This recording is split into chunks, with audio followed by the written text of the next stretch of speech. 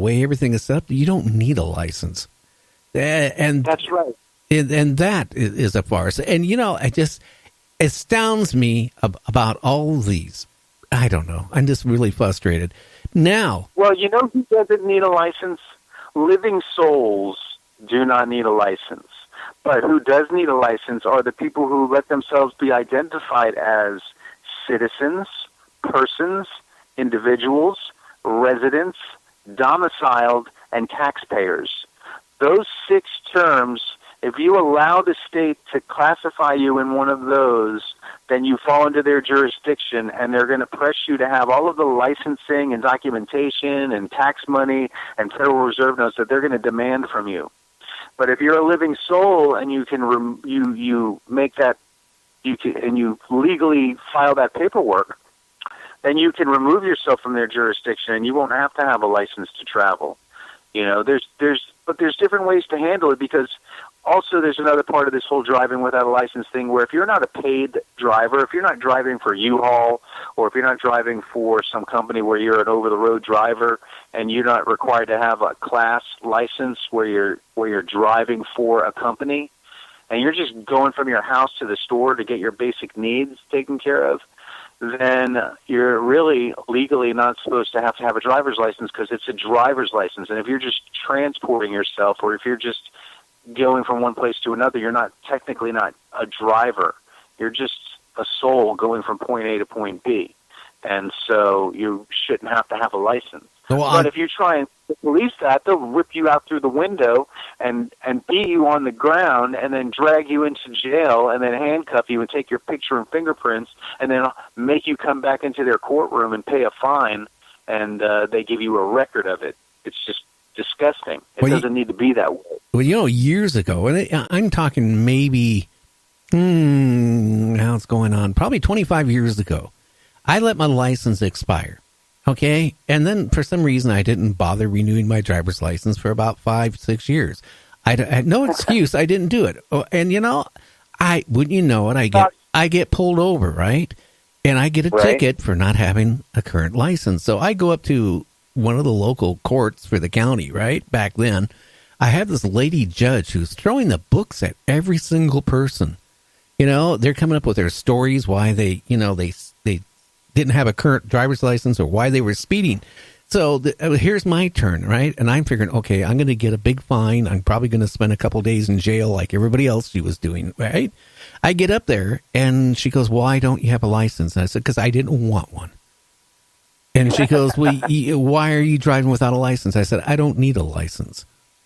And she goes, well, you have to have a license. And I said, no, I don't have to have a license. You know what? She just looked at me, smiled, and said, case dismissed. And that was the end of it. And you know what? She probably thought I knew a lot more than I did, because I didn't know jack poop, okay? But I pulled her bluff. I just said, I'm not going to get a license. I wasn't going to get a license. And, she just said, well, after she dismissed it, she said, I recommend you get a driver's license. And everybody was just staring at me, because she threw a book at probably 30 people before me. And I walked away with a get-out-of-jail ticket. You know what, though? The truth cannot be tried in court. That's what lawyers... the law and truths, they say, cannot be tried in court. And you were there during your appearance, and you were just speaking the truth. And she could not argue that with you, because you were right. You didn't want one. That's true. And they can't force you to have something that you don't want. And you didn't need one. And that's true, because she would have had to prove that you need one. And that would have been a matter of the truth. What is the truth? And so what did she do? She didn't want the truth revealed in front of every witness there, because she can't argue that truth. And so she had to dismiss the case. There was nothing else to be done, because you were just, what won in your case is you were just telling the simple truth, which cannot be argued. Yeah, and I sit back and I actually asked the attorney, it does the show on Saturdays. I told him the whole thing, and he said, well, legally, it's a gray matter, but legally they can't make you have a license, and they can't really do anything if you get caught. because, the way the laws are administered, the way they're written up, and depending on what court you go into, what real jurisdiction they actually have. That's right. In fact, they're not even courtrooms. They're administration centers. There's only like 1 or 2 courts in the entire world, and they're international contract courts that are used to settle disputes over international trade contracts between countries, governments. What we have in these states and all over the land are these administration centers that are operating under maritime admiralty law, and they're dressed up to look like courtrooms. But really, they're just there to make money. They're a business. They're a setup. It's an administration center, and the judge is just an administrator dressed in black to show that he's mourning justice. It's the mourning robe. So there is no justice going on in there. It's just business. And if you don't want to take part in their business, you don't have to show up. It takes 2 parties to contract. One of the first advice I give to people is never go into a courtroom unless you're physically dragged there. If we all just ignore their administration centers, they'll go out of business, period. Never show up for court. Because what's going to happen if they want to, they're just going to handcuff you and haul you off to jail.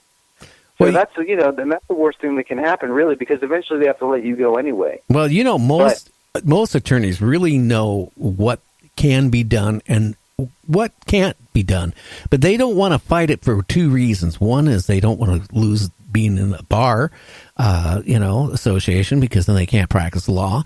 But, or they don't want to be, on a list where, you know what I'm talking about. But, I've talked to, besides Michael, I've talked to a couple other attorneys, and they say the same thing, that most of the laws can't be enforced if you really challenge them. Yeah, exactly. That's what I do. I've challenged them every step of the way now, and really they can't really enforce anything, and I'm not in jail, and I tell them, I'm there to represent myself as a living soul, and I'm not under their jurisdiction. They've kept me in there for several days at a time, and now I'm suing them because they owe me money for breach of contract. And so I think if everybody could get the idea that, look, they really don't have jurisdiction over you unless you say that they do, unless you agree to them saying that you're a citizen, and you're not. You're not born citizens, you're born living souls.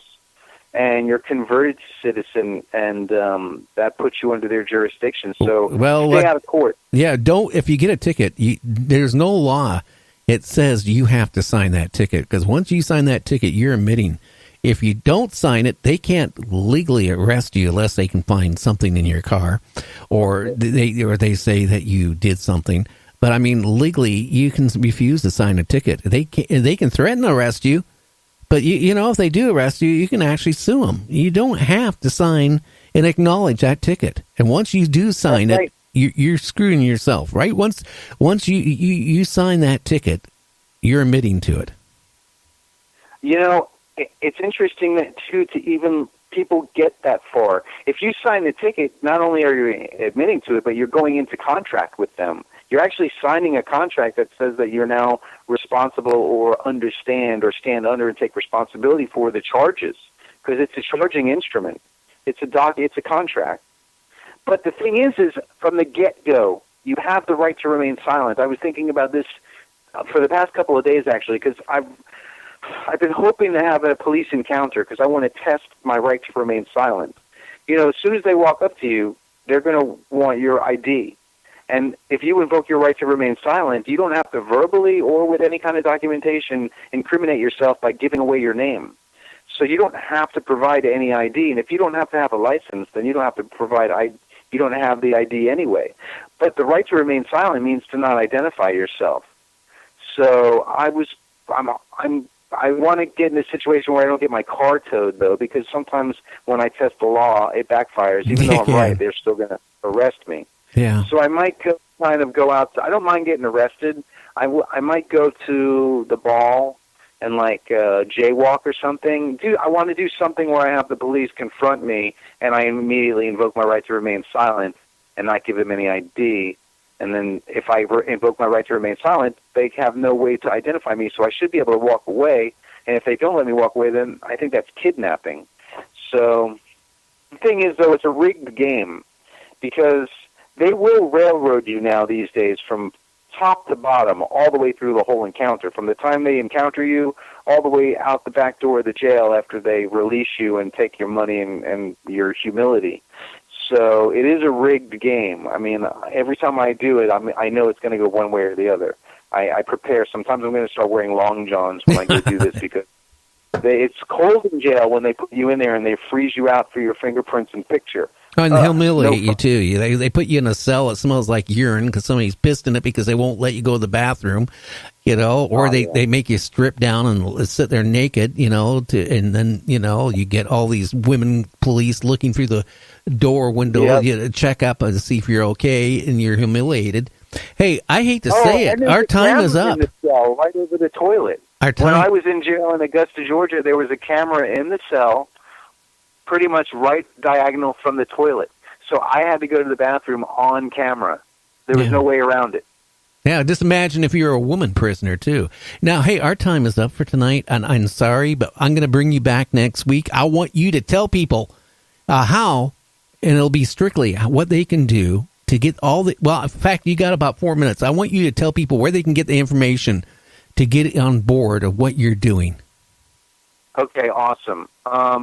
I want everyone to email me at farnham.ronald@gmail.com, and you can see my name on Gary's website there. It's farnham.gmail, and Facebook me under the same name, Ronald Farnham. And I want people to...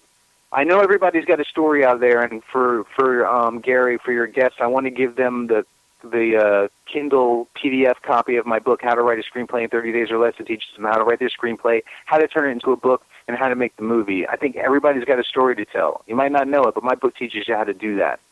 And then I want to also give everybody the promissory note template with all the instructions. It's got a sample promissory note, the template for you to fill in yourself, and then the statutes and codes. And so email me for that, and I'll send it to you. And watch the movie Hollywood and Vine on Amazon Prime. And if you have friends in Germany, it's available now in Germany, so I want people to watch that. So I also have The Path to Freedom, which teaches you how to remove yourself from the jurisdiction of the state and all the paperwork. So I'll email you all that stuff, you guys, the audience there, and I'll send that to you because on April 15th, 2019, tax day, I want everybody to have their promissory note ready to go, and if we can have hundreds of thousands and millions of people submit their promissory note to the IRS for payment of their taxes, and they all dishonor the IRS goes into dishonor, that's a class action lawsuit, and we can win the game. So that's an end date, so an action date, April 15th, 2019. Okay. Now, again, do you have a website, too, for Main and Vine where they can go to it? Yeah, for Hollywood and Vine, just go to Amazon Prime and type in Hollywood and Vine, the movie, and it's right there, and you can see it. Or type in my name into Amazon Prime, and I have a few things up there. I have a documentary on UFO abductions, and I have a music video up there, and I have a book on Amazon called The Second Coming of the Messiah, Book 1, The Awakening, which I wrote right after I resigned from the government, and that's all about what's happening right now, so about the Messiah. And the movie Hollywood and Vine is kind of the sequel to the Second Coming of the Messiah book. So that'll give you insight. Okay, sir, I am going to talk to you probably Monday. I'm going to get you on next week, and then I'm going to I'll keep my mouth shut and let you, tell everybody what you want to get out. Every interview we have, I think we get out a lot of good information that the audience is building on. And even if you haven't, if you want to go back and listen to the show again, it's important because I'm putting out a lot of information to piece together. We can't just get it all out there in one show. It's going to take time, and I just appreciate the time with you, and I think the audience enjoys our conversations because, we're talking about these topics, and I think we're revealing important information, and so it's all in due time. I think that's a line from The Exorcist. Yeah, my friend. And you know what? They can go to www.nightdreamstalkradio.com, listen to all the previous shows that you've been on, so they can listen to all the info that you have, that they need to listen to. And I think you've been on about 4 or 5 times or more. And also when you were on with Michael W. Hall is up there too. So, the paranormal